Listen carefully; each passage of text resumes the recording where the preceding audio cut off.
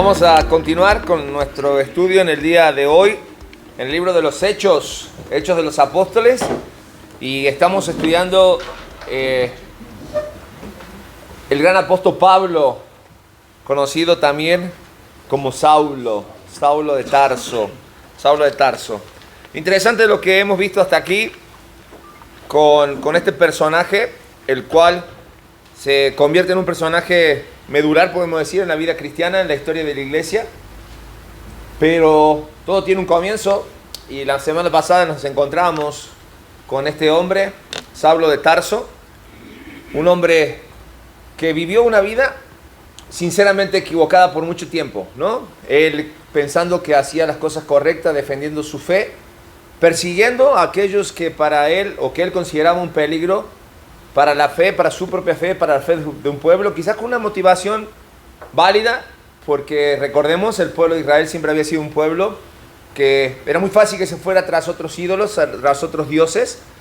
Entonces, con una buena intención, él perseguía, y digo buena intención, porque él quería quitar cualquier cosa que estorbara, o cualquier cosa que se interpusiera entre la relación que él pensaba que tenía con Dios. Pero en medio de esta persecución de los cristianos, o hasta este entonces, los del camino, tiene un encuentro personal con aquel que lo estaba buscando primero, y ese era Jesucristo.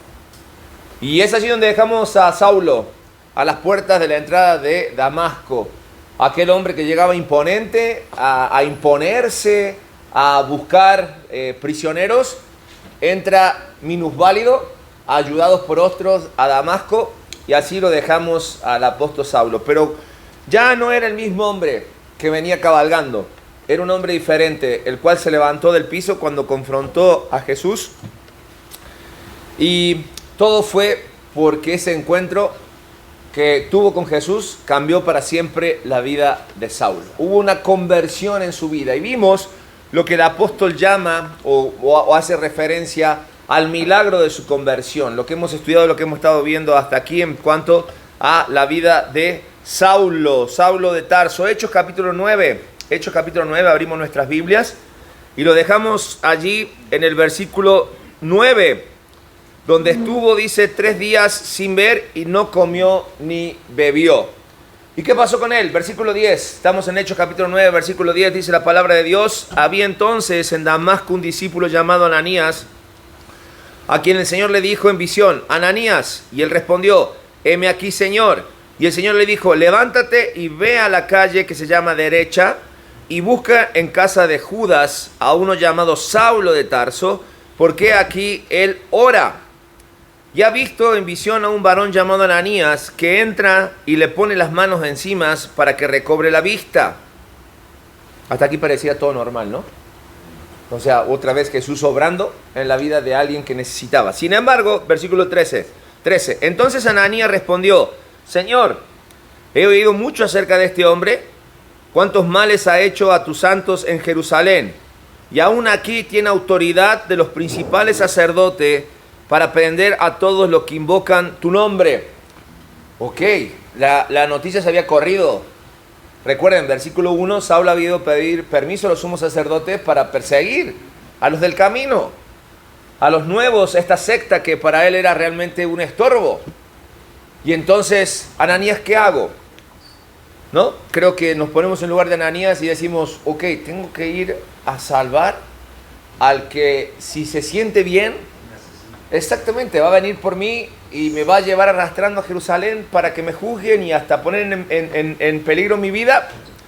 Versículo 15, todos juntos, que dice: el Señor le dijo: ve, porque instrumento escogido me es este para llevar mi nombre en presencia de los gentiles y de reyes y de los hijos de Israel, porque yo le mostraré cuánto le es necesario padecer por mi nombre. Entonces versículo 17 dice: entonces fue Ananías y entró en la casa, y poniendo sobre él las manos dijo: hermano Saulo, el Señor Jesús, que se te apareció en el camino por donde venías, me ha enviado para que recibas la vista y seas lleno del Espíritu Santo. ¡Wow!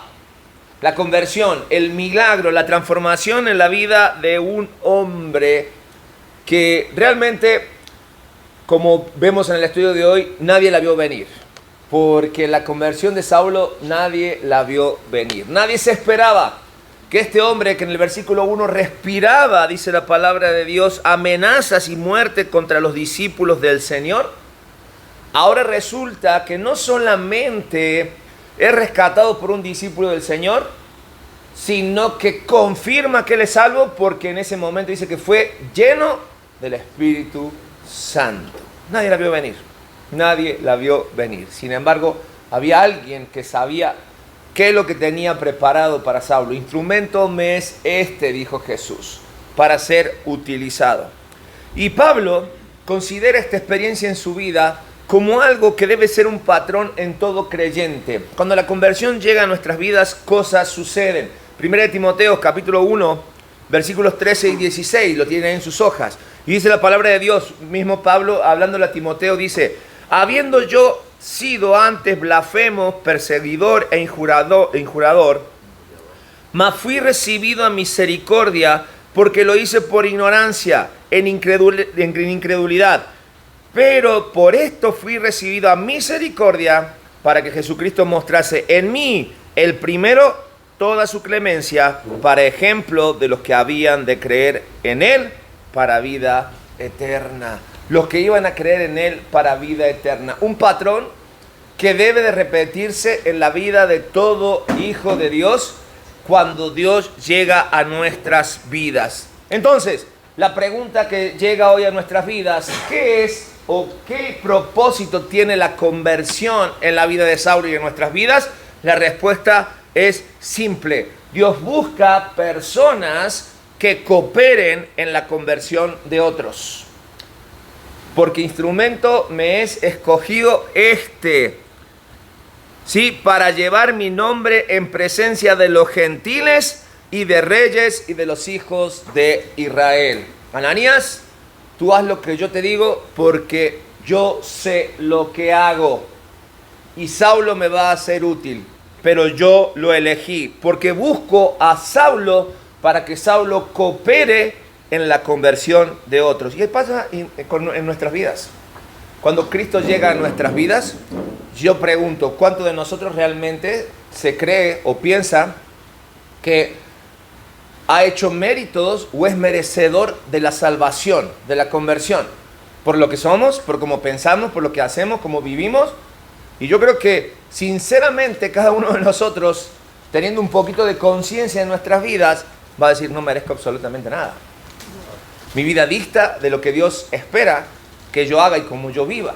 Sin embargo, Él se cruzó en nuestras vidas, en la vida de muchos, y espero que en la vida de todos los que estemos aquí, y un día transformó nuestra vida. ¿Y mi reacción cuál debe ser? Me encanta. Versículo 20.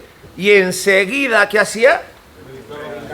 Predicaba a Cristo. Si quieres marcar algo en tu Biblia, puedes marcar esto. Enseguida predicaba a Cristo. Mira, Saulo no tuvo mucho que esperar. Él entendió por qué Cristo se había cruzado en su vida. Es interesante, porque si le seguimos la lectura más adelante, dice que él allí se metía en las sinagogas diciendo que él era el Hijo de Dios. Y esto causaba bronca o problemas entre los judíos. Entonces dice que los judíos un día decidieron eliminar a Saulo. Se coludieron con las autoridades de Damasco y le dijeron: ¿saben qué? Necesitamos quitar del medio a este, porque el que vino para quitar todos estos pensamientos raros, resulta que ahora le hicieron el coco wash. Y ahora él quiere hacer el coco wash a los demás. Entonces esto no está funcionando. Entonces dice que las autoridades de Damasco empezaron a perseguir a Saulo. Entonces los que habían visto los cambios en su vida lo ayudaron a escapar. Y Saulo escapó. Y se fue de Damasco hacia Arabia. Es decir, recuerden, Jerusalén, si tenemos el mapa, en el centro, Damasco hacia el norte, Arabia hacia el sur. Se va hacia el sur en Arabia, ¿no es cierto? Y dice la palabra de Dios que estuvo allí varios días, muchos días. Y si nosotros vemos el versículo que complementa esto, que es Gálatas capítulo 1, Gálatas capítulo 1, versículos 11 al 18, Pablo nos dice que estuvo 3 años, pero que no es que estuvo allí guardado o divagando en el desierto. Claro que pasaba tiempo en la palabra, claro que pasaba tiempo en la presencia de Dios, pero él tuvo un ministerio activo incluso mientras estuvo huyendo. Porque después dice que volvió a Damasco y de Damasco ahora sí fue a Jerusalén y fue allí donde se encontró con Pedro y con Jacobo. Pero eso es parte de otra historia. Y es allí donde ellos reconocieron, o al menos le dieron la anuencia para que él pueda cumplir con su ministerio. ¿Pero qué creen? Pablo ya traía 3 años de ministerio. ¿Y cuándo empezó el ministerio de Pablo? Inmediatamente él comenzó a compartir de Cristo. No se esperó nada. No se esperó absolutamente nada. Entonces, cuando nosotros vemos a Pablo difundiendo el evangelio en Damasco y los alrededores, la pregunta es, si yo soy o quiero ser como Pablo, la pregunta es, entonces, ¿por qué debo evangelizar? ¿Por qué debo evangelizar?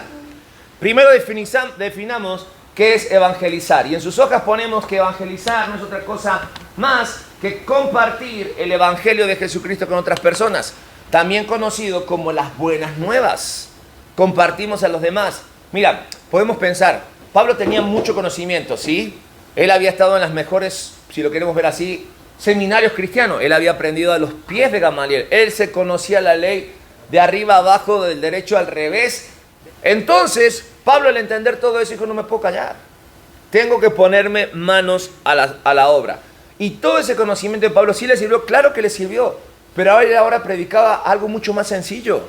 Las buenas nuevas de salvación. Como Cristo, el cual él había negado, el cual él no creía que había resucitado, de repente se le presentó en el camino y transformó totalmente su forma de pensar y ahora estaba afectando directamente su forma de vivir.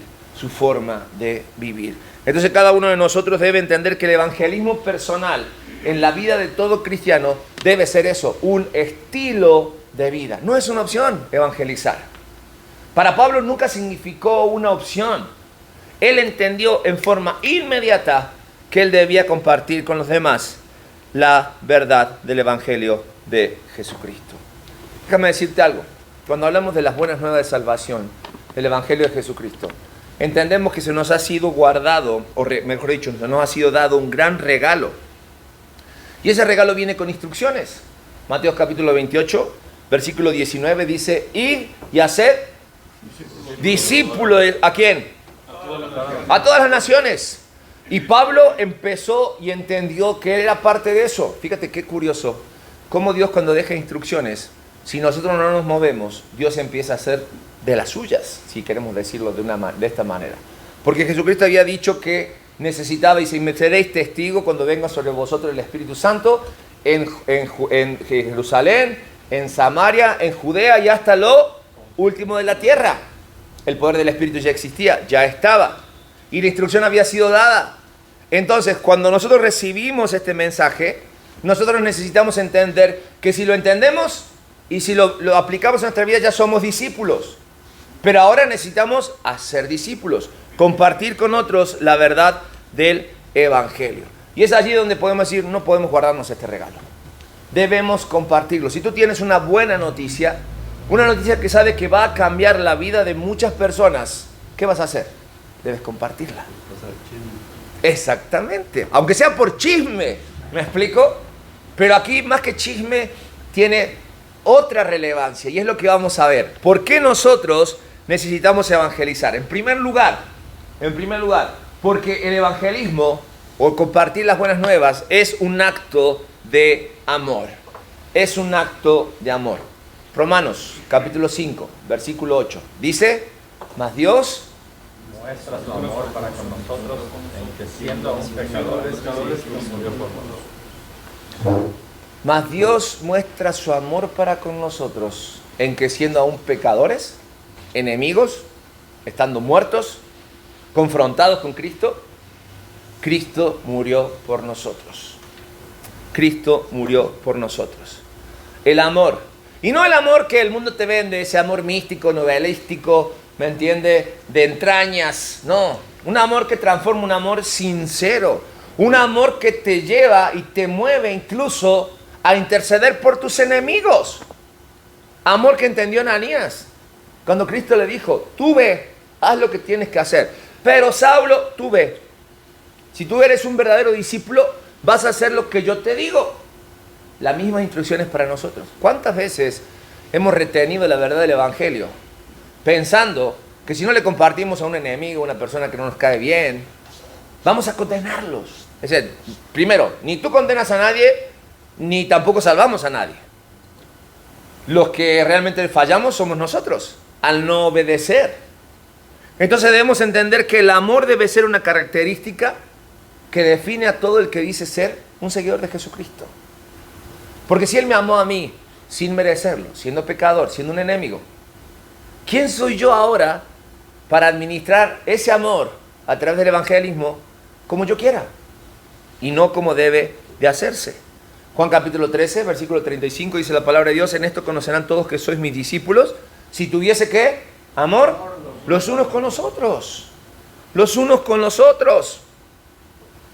A veces cuando pensamos en amor y queremos buscar definición en la Biblia, vamos a 1 Corintios 13, ¿no? El amor es todo lo cree, todo lo puede, el amor es benigno, ¿no? Empezamos, y más, siempre ese versículo aparece en las bodas, ¿no? Como algo decorativo, como muy bonito. Pero cuando vemos el contexto, cuando vemos lo que viene hablando desde el capítulo 12, 1 Corintios, y cómo empieza el capítulo 13, dice: mira, si yo hablase muchos idiomas, incluso hablase una lengua angelical, y no tengo amor, de nada me sirve.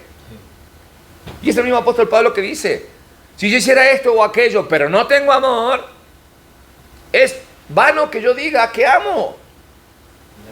¿Te das cuenta que el amor no es algo simplemente de sentir? El amor es actuar. El amor es vívido. El amor de Dios llevó que, Juan 3:16, amara tanto a este mundo que entregara a su Hijo unigénito para que todo aquel que en él cree no se pierda, mas tenga por la muerte vida eterna. Por la muerte vida eterna. Tenemos la mejor noticia del mundo y debe ser el amor que nos impulsa a compartirla con los que todavía no han oído. Ocultar esta noticia evitaría que otros fueran salvados de la crueldad, o al menos eso podríamos llegar a pensar. Entonces, si tú dices amar de verdad a Dios, vas a amar a las personas a las que Jesús vino a salvar. No queda de otra, no hay opción para nosotros. El evangelio se debe compartir porque es un acto de amor. 2, el evangelismo hace crecer nuestra propia fe. Hace crecer nuestra propia fe. Es que yo no sé compartir el evangelio. Es que yo no sé responder las preguntas que me hacen las personas. Voy a conmover acá. Las personas, cuando yo les comparto el evangelio. Bueno, no te preocupes. Qué bueno que te preguntan. O qué bueno que reconoces que no sabes. Qué bueno. Porque tienes una tarea. Y es conocer. Es adquirir conocimiento. ¿De dónde viene la fe? Viene del oír. ¿El oír qué? La palabra de Dios. No, la fe no la compramos en el supermercado por kilo, o por metro, o por litro. No viene, no es así. Ni tampoco es: lléname Espíritu Santo y bautízame y lléname de más fe. Dice que la fe viene por el oír la palabra de Dios. Es decir, a solas, sentado frente a la palabra de Dios, dice que el apóstol oraba, ¿no? Ni bien convertido Saulo, empezó a orar. Tenía conocimiento, me imagino que él, mira, y no tenía todo el conocimiento y toda la luz que nosotros tenemos. Teníamos casi de memoria toda la ley, todos los mandamientos. Imagínate cómo empezó a obrar el Espíritu Santo, o cómo empezó a obrar su conciencia en el apóstol, que dijo: yo necesito ponerme al día con Dios rápido.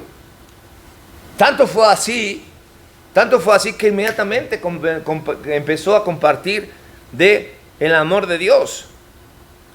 Ahora, entonces, si nosotros decimos que no sé compartir porque no tengo un conocimiento, pues ¿qué te impide que empieces a hacer crecer tu fe leyendo la palabra de Dios para saber compartir a los demás?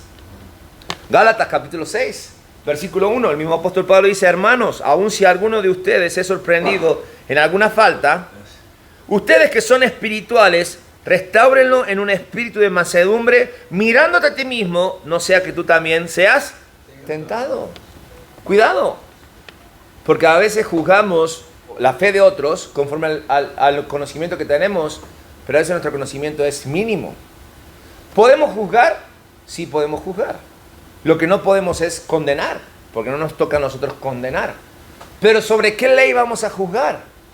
Sobre la ley de Dios. Y cuando queremos juzgar sobre la ley de Dios, ¿qué tenemos que hacer, abogado, para juzgar con una ley? Conocer la ley. Conocer la ley. Es vivirla. Ser congruente. Si yo digo, no digas grosería a tus hijos, porque eres un chamaco y empiezas a darle un rosario de groserías, entonces, ¿cómo tu hijo va a responder? A ver, espérame, tranquilo, ¿no? Y eso es un ejemplo muy simple. A veces elevamos nuestra fe. Y ahí sí conocemos un par de versículos y los tomamos siempre como caballito de batalla y los ponemos enfrente. Y a veces totalmente fuera de contexto. Eso no es fe. Fe es tener el conocimiento pleno de la palabra de Dios y saber que nunca es suficiente, que necesito cada día más en mi vida. Y yo sé, no siempre podemos responder preguntas inmediatamente cuando nos preguntan algo, pero cuando buscamos a Dios y buscamos en su palabra para obtener respuesta, es allí donde nuestra fe es fortalecida. No esperes que Ananías venga, sino tú mismo empieza hoy a ejercitar y a hacer crecer tu fe a través del conocimiento en la palabra de Dios. Porque necesitas compartir el Evangelio y necesitas conocer quién es Cristo. 3. El evangelismo proporciona beneficios eternos. Beneficios eternos. Me encanta porque Jesús animaba a acumular tesoros en el cielo. Él anima a acumular tesoros en el cielo. Él sabe cómo tratar con nosotros. Él sabe lo que nos interesa, ¿no? Acumular. Y tesoros, mucho mejor, ¿verdad? ¿Quién no quiere tener hoy una cuenta bancaria que solucione tu vida por el resto de tus días? Nos encantaría, ¿verdad?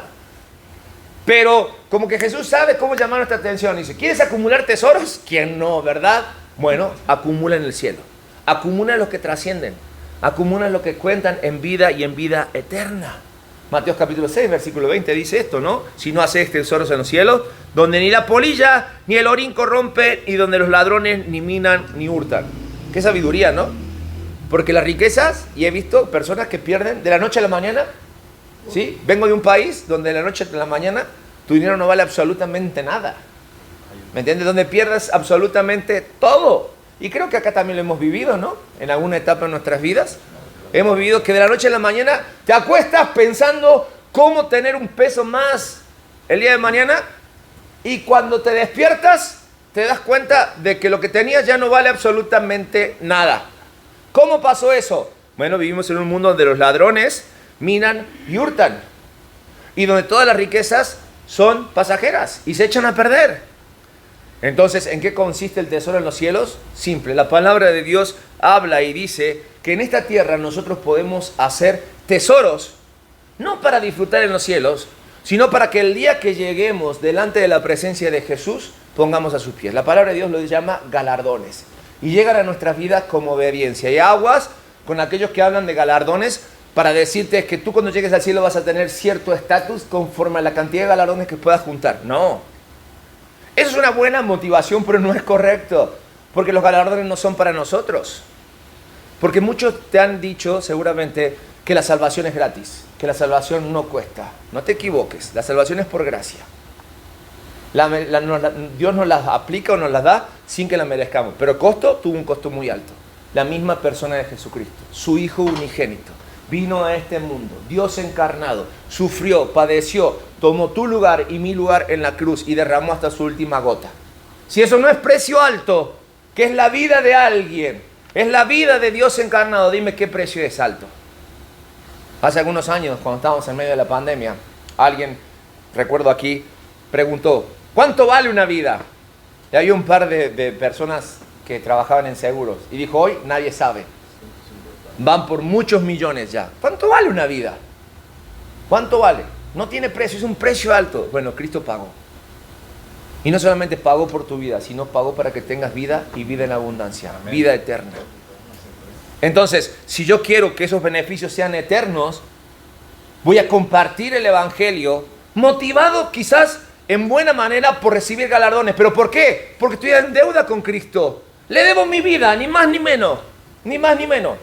Un día vamos a llegar delante de la presencia de Dios. Y te pregunto, y esto a modo personal. ¿Qué es lo que tienes hoy? ¿Qué día estamos hoy? ¿26? 27 de agosto. Si hoy fueras llamado delante de la presencia de Dios y tuvieras que poner delante de Él un precio, un galardón, algo que entregar en forma de agradecimiento por tu salvación, ¿cuánto has juntado? ¿Cómo está tu cuenta eterna? Fíjate, sacaba cuentas. Entregué mi vida a Cristo a los 12 años. Tengo 47, así que son 35 años de vida cristiana. Y si hago un recuento, me di cuenta que por muchos días, por muchos meses, por muchos años, dejé de sumar en esa cuenta. Por desidia, por enojarme con Dios, por flojera, por querer vivir la vida a mi manera. Y yo creo que cada uno de nosotros, cuando va al punto en el que está en el encuentro con Cristo, como lo hizo Saulo dijo, espérame, entiendo que necesito trascender en forma eterna y necesito dar algo. Por eso decía Pablo, y lo veíamos la semana pasada, para mí el vivir es Cristo y el morir es ganancia. O sea, Pablo entendía que la motivación que lo hacía levantarse cada mañana era vivir para Cristo, por Cristo. Y si le tocaba morir, no pasaba absolutamente nada, mucho mejor, porque él estaba seguro de que iba a ir delante de la presencia de Dios. Sin embargo, él llegó a decir también, mira, lo bueno que quiero hacer, eso no hago. Y lo que no quiero hacer, eso hago. ¿Me entiendes? Pero también fue el mismo que dijo, sin embargo, prosigo a la meta. Y he estimado todo como basura por ganar a Cristo. Él entendía que debía estar en este plano, pero su trascendencia era eterna. Si pudo con Saulo, que vivía sinceramente equivocado, ¿cómo no va a poder con nosotros? No es un egocentrismo tomar decisiones que nos aseguren un tesoro eterno. Al contrario, es decidir someternos a la voluntad de Dios y obedecer todos los días. Porque eso fue lo que Jesús nos dijo. Hagan tesoro en los cielos.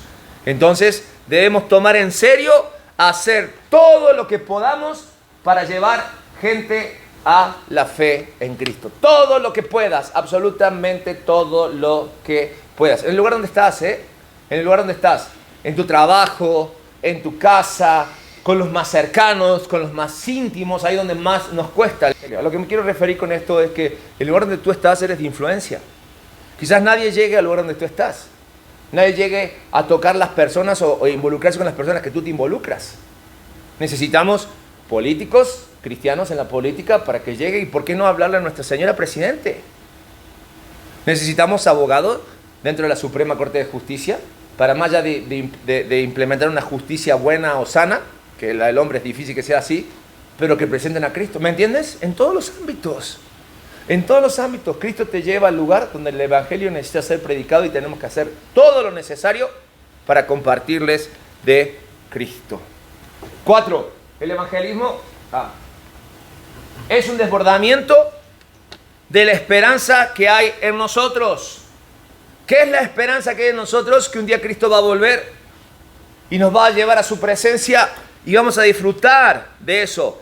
1 Pedro capítulo 3 versículo 15. Si no santifiquen a Cristo como Señor en sus corazones, estando siempre preparados para presentar defensa ante todo el que les demande razón de esperanza que hay en ustedes, pero háganlo con mansedumbre y reverencia. ¿Te acuerdas el día que te enamoraste por primera vez? ¿Verdad? Se iluminan los ojos a todos, ¿verdad? Se iluminan los ojos. Otros dicen, maldito el día que me enamoré. Pero se iluminan los ojitos a todos, ¿verdad? Era algo que no querías callar. Querías que todo el mundo se enterara. Y ahora estamos en la época de las redes sociales, ¿no? Lo primero que hacemos en nuestras redes sociales es cambiar nuestro estatus, ¿no? Ya no soy soltero, en una relación con. Entonces, y lo quieres hacer. Lo quieres hacer porque quieres demostrar que ese amor no es un amor prohibido, sino que es un amor para compartir.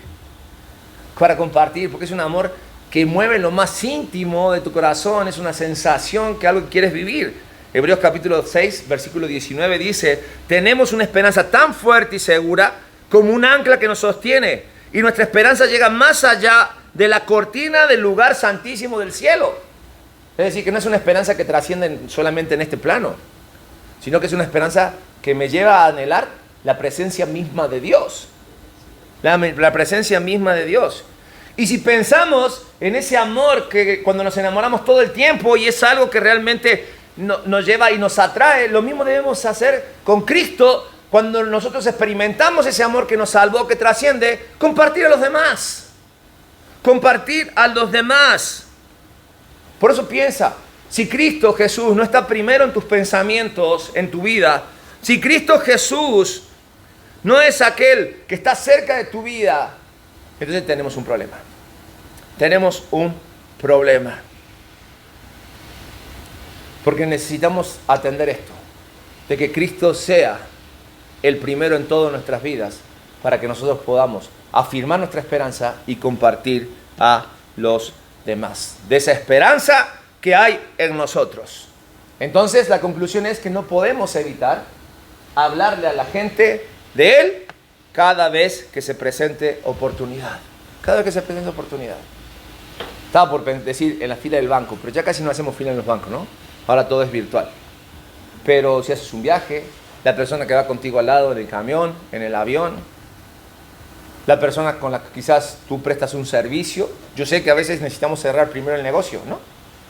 Pero una vez que cerramos el negocio y atendemos a la persona, compartirle de Jesucristo. O al menos que la persona vea en ti que eres diferente, que desea lo que tú tienes en tu vida. Y por último, el evangelismo debemos compartirlo porque es algo que agrada al Señor, que agrada al Señor. 1 Tesalonicenses, capítulo 2, versículo 4, dice, al contrario, Dios nos aprobó y nos encargó el evangelio, y así es como hablamos. Hasta aquí lo dejo, porque esta primera parte es para analizar. Dice, otra vez, al contrario, Dios nos aprobó, ¿y qué dice? Marca ahí, nos encargó el evangelio, nos encargó. O sea, lo puso ahí y dijo, hey, esto necesito que tú lo administres. Y entendemos que la palabra de Dios dice que ese evangelio fue puesto en vasos frágiles, ¿no? Sin embargo, nosotros podemos mantener ese evangelio firme y puro y mantenernos limpios y sanos en la presencia de Dios. Y yo pregunto, me gusta terminar esta última frase de lo que dice Tesalonicenses en pregunta. ¿Y así es como hablamos? ¿Así es como hablamos? ¿Realmente compartimos el evangelio? ¿Somos conscientes de que lo tenemos encargado y nuestra vida grita? ¿Nuestras palabras hablan? ¿Nuestros pensamientos están ligados al evangelio de Jesucristo? ¿O seguimos engañados viviendo una vida de religiosidad? Pues fíjate, ese era Esaú antes, sinceramente equivocado. Pensaba que mientras más acciones hacía, mejor le iba. Entonces necesitamos hacer actos, obras. ¿Esaú o Saúl, perdón, Saúl. Gracias, Saúl. Esaú también. Saúl, realmente Saúl. Así obraba Saulo. Y mira, entiendo que la salvación no es por obras. ¿Estamos de acuerdo en eso? Eso es base para entender. La salvación no es por obras, pero la salvación es para obras. Y nuestra fe, la que viene por el oír la palabra de Dios, se ve a través de ¿qué? De nuestras obras. De nuestras obras. Y a nosotros nos van a conocer, ¿por qué? Por nuestros frutos, por nuestras obras. Entonces es importante ser congruentes y agradar al Señor. La otra parte del versículo dice, no tratemos de agradar a la gente, sino a Dios, que examina ¿qué cosa? No podemos ocultar nada. Él conoce la intención de nuestro corazón. Él conocía realmente a Saulo de Tarso. Él sabía que estaba sinceramente equivocado, pero él veía el potencial que había en Saulo. Lo escogió para que hiciera lo que tenía que hacer. Él ve el potencial en ti y él te escoge, pero tú tienes que hacer lo que tienes que hacer. Compartir la verdad del evangelio. En la vida cristiana no es una vida de los deberíamos. Pero necesitamos entender que el problema mayor muchas veces está en nosotros, en las cosas que no queremos admitir, las cosas que nos tienen o debemos de hacer.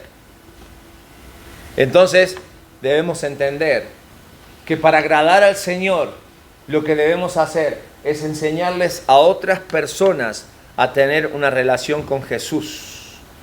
Esa es la forma de agradar a Dios. Cuando tú le enseñas a los demás a tener una relación con Jesús. ¿Pero cómo le puedo enseñar a los demás? Primero, ante que nada, viviendo una vida con y en relación con Jesucristo. Y le voy a dar un agregado, aunque no vienen las hojas, pero para que lo tengan presente. Y cuando nosotros le agradamos a Él, nos sentimos realizados. Cuando nosotros sabemos que hacemos algo que le agrada a Jesucristo, nosotros nos sentimos plenos y realizados. Fíjate lo que dice Gálatas capítulo 2, versículo 20. Este es Saulo de Tarso, el que respiraba amenaza y muerte contra los cristianos, contra los discípulos de Jesús. Y fíjate lo que dice ahora Gálatas 2:20. Con Cristo estoy juntamente crucificado. No sé cuántos años pasaron de Saulo de Tarso, el que perseguía a los discípulos, a Pablo, que está escribiendo Gálatas capítulo 2, versículo 20. Pasaron años, pero pasaron cosas en la vida de Pablo para que él diga ahora: al que yo perseguía, al que yo pensé que habíamos vencido en la cruz, me invitó con él a vivir en la cruz. Porque ahora con Cristo estoy juntamente crucificado. Y ya no vivo yo, mas vive Cristo en mí. Y lo que ahora vivo en la carne, lo vivo en la fe del Hijo de Dios. Todos juntos, que dice: el cual me amó y se entregó a sí mismo por mí. Por mí. En toda su vida, Saulo, desde que se encontró con Cristo, no hizo otra cosa más que hablar de Cristo. Cuando habló de él fue para defender su apostolado. E incluso para decir: fui el primer gentil alcanzado, y soy este instrumento que Dios utiliza. Pero si a Pablo le quitamos a Cristo, no soy absolutamente nada. Pregunta: si en tu vida te quitan a Cristo, ¿qué eres? ¿Qué eres? Nadie la vio venir con la vida de Saulo. Pregunto: ¿nadie la vio venir en tu vida? ¿O la siguen sin ver? ¿O no hay claridad en nuestras vidas de lo que realmente somos y de lo que realmente Cristo está haciendo en nosotros? Amén. Vamos a orar en esta hora. Gracias, Dios, por la oportunidad de compartir y leer tu palabra en esta hora. Gracias porque en ella encontramos todo lo que necesitamos, aún lo que no buscamos. Tú siempre tienes palabras para cada uno de nosotros. Quiero rogar en esta hora que tú pongas en nosotros la fuerza para obedecerte cada día y agradarte en todo lo que tú esperas que te agrademos. Ayúdanos, Señor, a ser un instrumento de cambio en esta sociedad, que impacte con nuestro testimonio y con la veracidad de tu palabra a otros que puedan conocerte a ti a través del testimonio de lo que tú haces en nosotros y con nosotros. En el nombre de Jesús oramos. Amén y amén.